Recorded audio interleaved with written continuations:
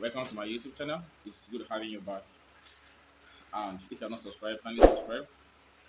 Today I'll be bringing to you the how to identify Ponzi schemes or Ponzi investments in Nigeria. You see, over the past few days or past few weeks in Nigeria, most people in thousands have been scammed of their hand-earned money, either in hundreds of thousands or in millions. And all these are due to result of what? Promised return on investment. And these investments are being run by Nigerians whom have devised the means to always embezzle the funds, after which the people or maybe the subscribers must have invested in them. And at the end, it will fall back on the citizens. You understand? So one of the key ways to identify a Ponzi scheme, one, primarily, if the inflation rate is higher than the interest rate. Even banks can give you an inflation rate. Sorry, banks can give you an interest rate that is more than the inflation rate. That is one of the key ways. Imagine a bank giving you 3.2% interest, and a company is giving you 30% interest or 10% interest. It's not realistic. So far that the inflation rate is higher than the bank rate, that means it is a tenable Ponzi scheme. And how does this Ponzi scheme work? They service debt by collecting from Mr. A. No, they collect from Mr. A, B, C. Then they have to collect from DEF to service ABC. And they collect from GHI to service CDF. So that's how it continues. So first of all, when the interest rate from the banks is higher, is lesser than the inflation rate in the economy at that point in time. That's the first way to identify it's a what? It's a Ponzi scheme. Secondly, how do you identify a Ponzi scheme also? Now, if the promised return of investment, which we call the ROI, is more than 5% realistic tendencies, that means it's a Ponzi.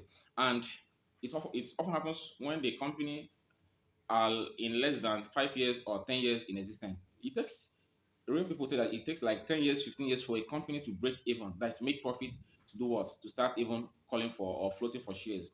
That is the second way. Then the third way is a company that wants to expand for investment must either float shares.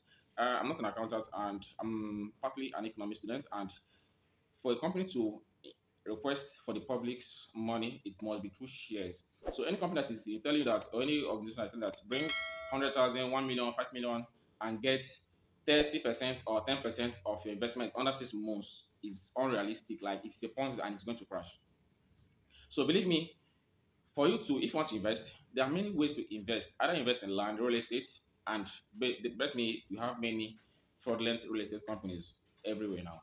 So our advice is, if you want to buy, if you want to invest, sorry, buy stocks or buy shares.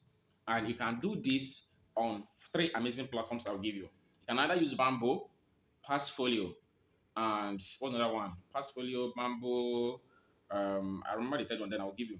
So you can buy stocks, you can buy your ETF, you can buy good ETF, you can buy many things there. And these are US stocks, not even Nigerian stocks. So it's either you buy stocks using those platforms or you invest in real estate. It never fails. And for you to know a good real estate, check first of all the power of attorney given to them. Without the power of attorney, my brother, a land can be sold to 99 persons using the same name, and at the end, it's to end in court case.